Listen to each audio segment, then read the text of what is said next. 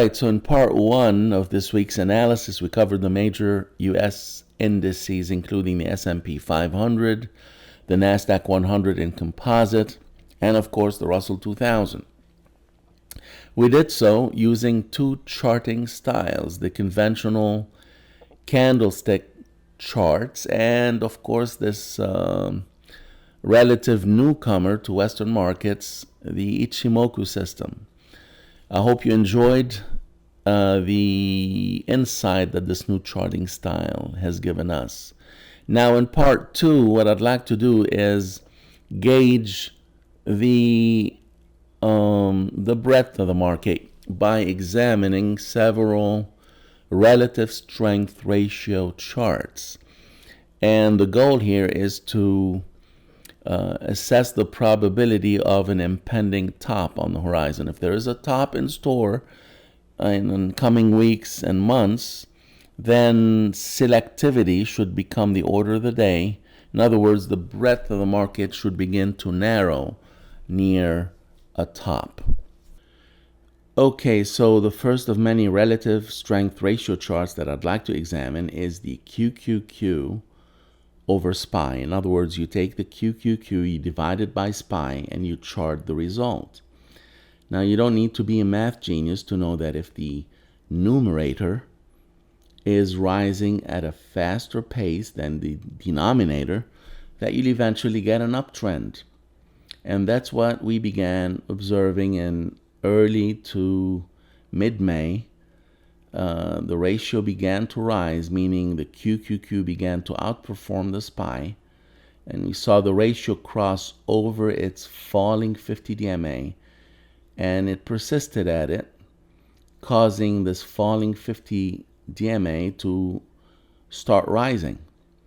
And that indicated that an uptrend is in force. It's been at it since, with no sign of relenting. Occasionally it consolidates a bit and continues on higher. Now compare this to what happened last year. Here, around mid-year, the Qs began to outperform the SPY, effecting a trend change that lasted through February 2014. And then the Qs began to underperform.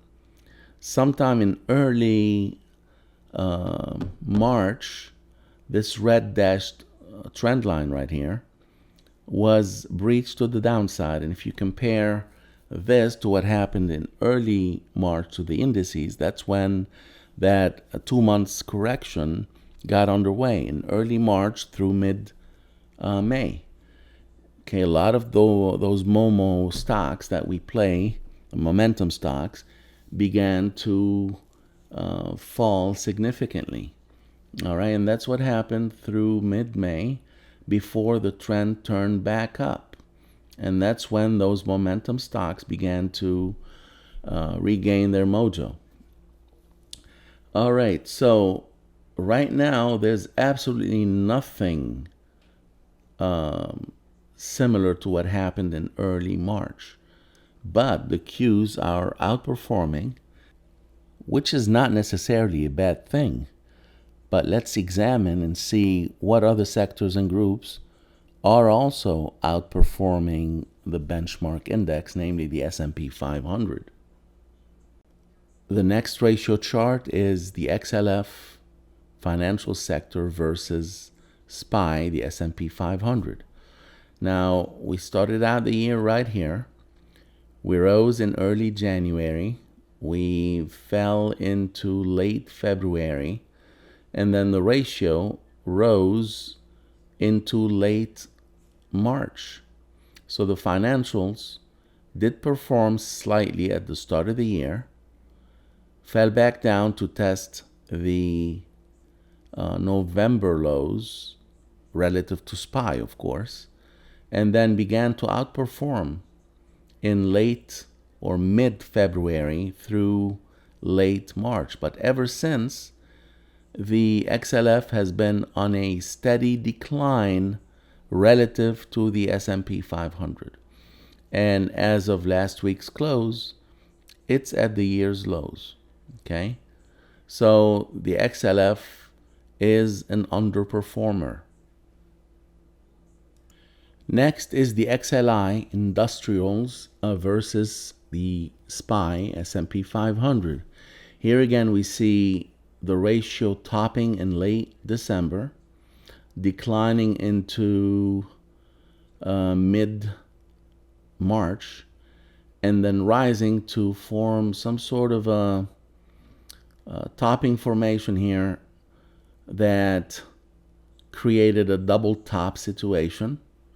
And ever since June 9th, the XLI has been declining relative to SPY. In other words, underperforming the SPY. Now, the XLI could possibly be gaining on an absolute basis, but relative to SPY, it's gaining less. All right, it's rising at a slower pace. And this creates a downtrend. XLI underperforming the SPY. So once again, we see another sector or group underperforming the benchmark index. Next is the energy sector. XLE, energy versus SPY, S&P 500. Here we see the ratio bottoming in Q1 2014 and then embarking on an uptrend that lasted through late June. From there, the ratio began to fall, indicating underperformance on the part of energy relative to the S&P 500. Now, the ratio was right here where the red dashed line is, and now we see this ratio closing in on where it started out the year.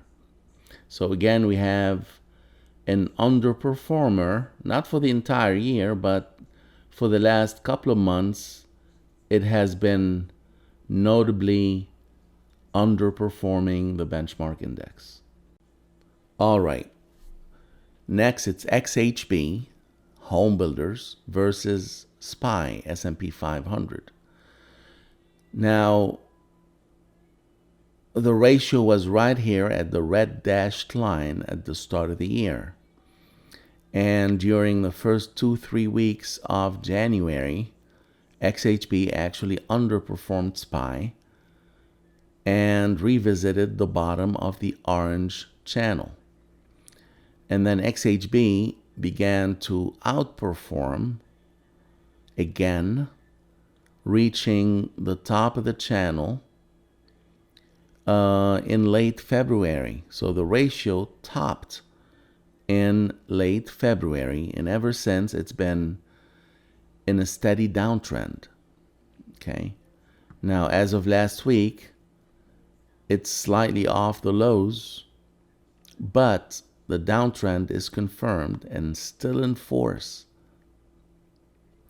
Now, this is to say that here again we have another sector that is underperforming the S&P 500. XHB has been a steady underperformer relative to the S&P 500 throughout much of 2014. Okay, next it's XLB versus SPY, basic materials versus the S&P 500. Now, this relative strength ratio began the year up here at the red dashed line, but ended the month of January down here, well below it. Clearly, the XLB in January underperformed SPY.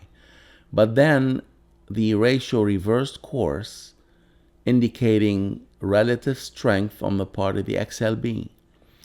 And then we saw the ratio recapture the territory north of the red dashed line, and it's been vacillating above it ever since. So one could say that the XLB has slightly outperformed SPY during 2014. But look at this sideways move is not a clear trend. It's just a consolidation above a flattish to downsloping 50 DMA. So we'll call this one in favor of the XLB, but not by much. What next? Consumer discretionary XLY versus SPY. I'd like to graph this one as well versus consumer staples, which I'll do next. But here again we see consumer discretionary XLY clearly underperforming the SPY for much of the year. Now, since May, mid-May, the relative strength ratio has been moving sideways, vacillating, maybe to form a base from where it would break out relative to the SPY, but that's way too early to tell. Let's look now at the XLY consumer discretionary versus XLP consumer staples. Here it is, XLY versus XLP. The things that we want and desire versus the things that we absolutely need, like food and drink and toothpaste. Now, this relative strength ratio began the year right here at the red line, broke below it a bit in January, and then topped on March 7th. Interesting date. That's the same date that ushered in that March through mid-May correction. And that's exactly when the QQQ versus SPY, that relative strength ratio that I began the video with, broke below its trend line. Now, ever since March 7th, XLY versus XLP has been in a downtrend. Actually, not exactly, because it turned back up in mid-May. And it's still in a defined uptrend if you use the 50 DMA as your trend indicator. However, even though the indices are at new all-time highs, or most of them are right now, the XLY versus XLP has yet to recapture the red line where it began the year. Again, this is something that is a bit worrisome. The next chart is that of the XLU versus SPY, utilities versus the S&P 500. Now note that the utilities sector is a defensive sector, meaning weary investors during uncertain times will tend to park their money in safe, stable, dividend-paying stocks versus the riskier assets. And so this relative strength ratio began the year down here at the red line, and then the XLU embarked on an outperformance phase relative to SPY that lasted through late April. It formed this head and shoulders, and then the XLU began a phase of underperformance. Okay, it broke down from this head and shoulders, the ratio did, and then it kept falling to confirm a new downtrend.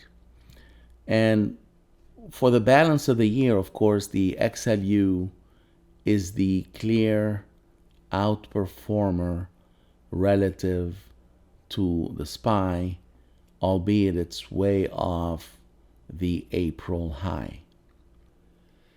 And this one is XRT versus SPY, retail versus the S&P 500. Again, a picture is worth 1,000 words. The relative strength ratio began the year up here, and as of last week, it's near the recent lows, a clear underperformer. Next is the chart of Jank versus TLT. Risky corporate bonds versus safe treasury bonds. We started out the year near the top of this massive head and shoulders formation. And ever since, this ratio has been in a steady decline despite the occasional outperformance spurts on the part of Jank. Most recently, the one that began in late May and ended sometime in early July. Again, this is a disconcerting picture. Now, it's no secret TLT has been in a confirmed uptrend, an unrelenting uptrend throughout 2014. In fact, it's been rising in concert with stocks. And how would you explain that other than to say that you have two major markets, stocks on one hand and bonds on the other, each betting on a totally different outcome? When's the last time we saw something like this? Let's go back to February 2011, right here. TLT bottomed in February, the 10th of February to be exact, and then embarked on a new uptrend. It kept rising in concert with stocks until May, June, July, depending on which equity index you look at, the S&P or the Nasdaq. But there was definitely a phase where both TLT and stocks were rising in concert with each other. And finally, when the tension reached its highest, the string broke and then TLT shot up hyperbolically while stocks crashed in August. Now let's go back and see what happened to the S&P and Nasdaq during that same period. Starting with the S&P, it made a new recovery high on the 18th of February 2011 and then declined into mid-March to test a rising 100 DMA. It then resumed higher into early May, making yet another recovery high. From there, it sold down to test this 200 DMA in mid-June, only to reverse course one more time into early July. Only this July high was a lower high, leaving behind what looks like a head and shoulders formation. As for the Nasdaq 100, it too made a new recovery high sometime in February 2011 and then pulled back into mid-March, only to resume higher and print yet a new recovery high in early May, setting the stage for one more down leg to test the prior low. This happened in mid-June, and the third recovery high ahead of what we now call the summer 2011 swoon.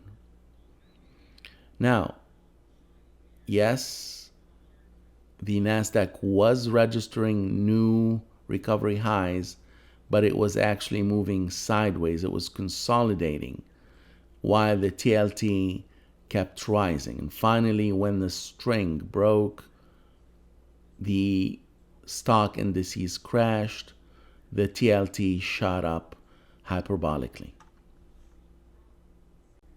Finally, my favorite, the Philly Semiconductor Index versus the S&P 500, or SOX versus SPX. Now, I love this chart mainly due to the various discernible chart patterns. For example, take this yellow rising wedge that preceded the 2010 events, such as the flash crash and the subsequent retest of the flash crash low in summer 2010. Now, of course, this ratio, SOX versus SPX, didn't bottom until September, and that coincided with the September announcement in Jackson Hole of the injection of new stimulus into the economy. So you can tell there was an inverse head and shoulders that ushered in a new phase of outperformance on the part of SOX relative to the S&P. But then the opposite happened in 2011. Early 2011, the head section of what would be a head and shoulder stop formed, and that coincided with the Japan events in February 2011. And then the SOX embarked on a period of underperformance relative to the indices, the S&P and the Nasdaq. So it was not confirming the rally in equities. And then it kept falling through much of 2012. That's why 2012 was mostly a sideways year. And it had a little bit of an upward bias. But then look what happened. Starting in mid-2012, we began to base the SOX versus SPX ratio, began to form a base. That's why 2012 was a decent year compared to 2011. So it was clear by May 2013 that an inverse head and shoulders was in place. And then that confirmed.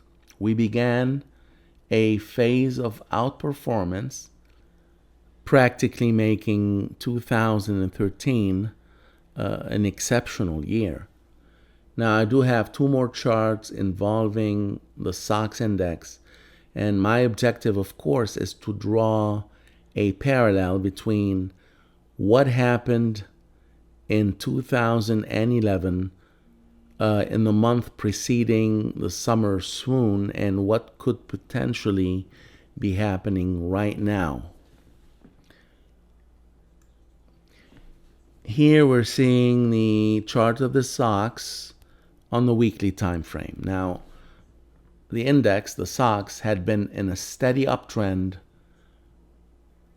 up until it encountered the yellow extension line, meaning the BD line of this triangle, in February 2011. So it ran into trouble in February 2011, and that coincided with what? With the Japanese events, the tsunami and the nuclear meltdown.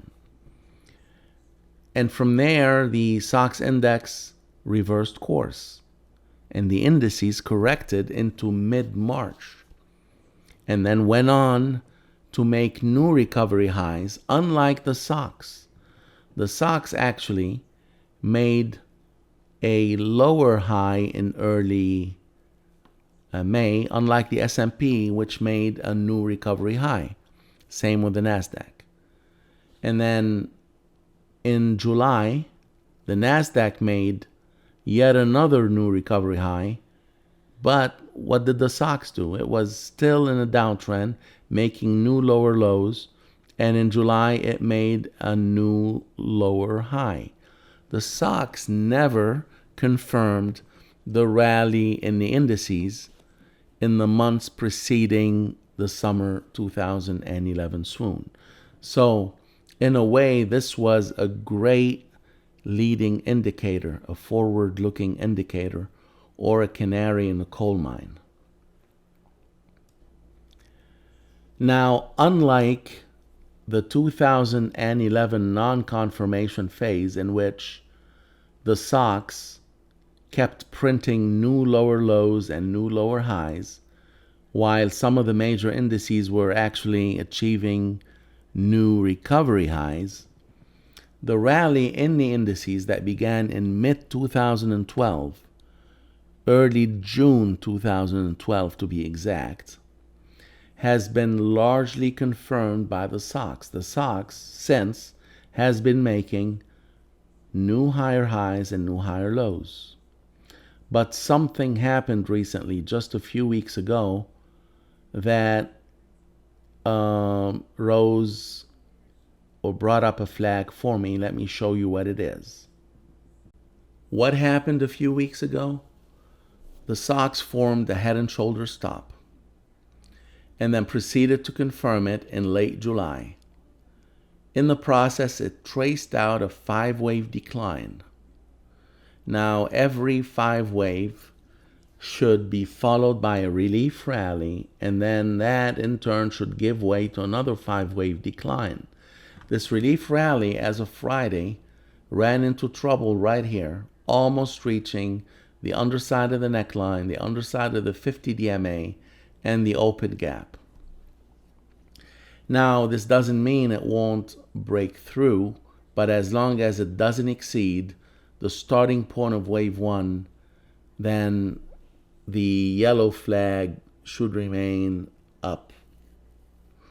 All right, so concerns are valid as long as we don't make a lower high. If we make a higher high, that's fine.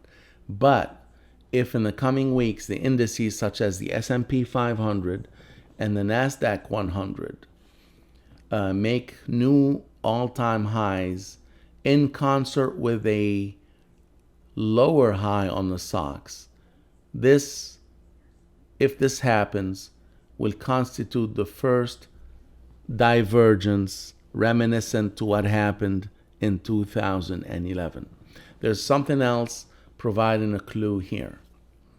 This contracting triangle in the 4th wave position, according to the Elliott wave model, a triangle in the 4th wave position of an uptrend should precede the final move in the direction of this uptrend, meaning the prevailing trend has been up.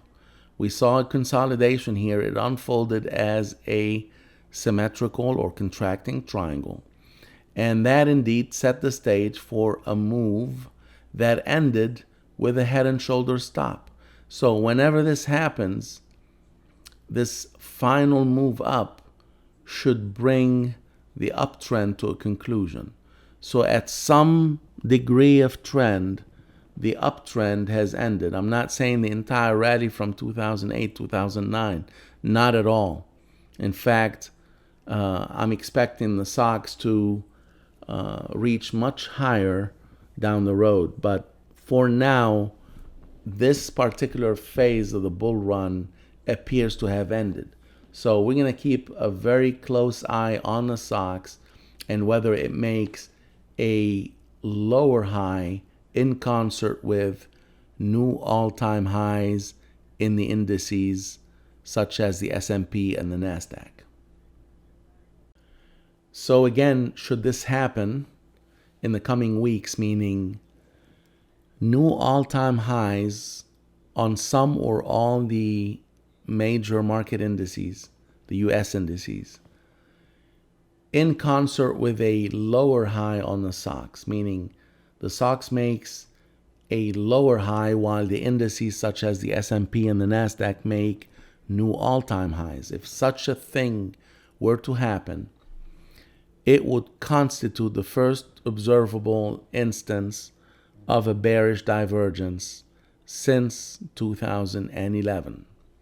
This, among the other things that we've discussed in this video, the narrowing breadth, and various other things such as a rising TLT rising in concert with stocks, all these things could compound to usher in a deep correction, the like of which we haven't seen in recent years.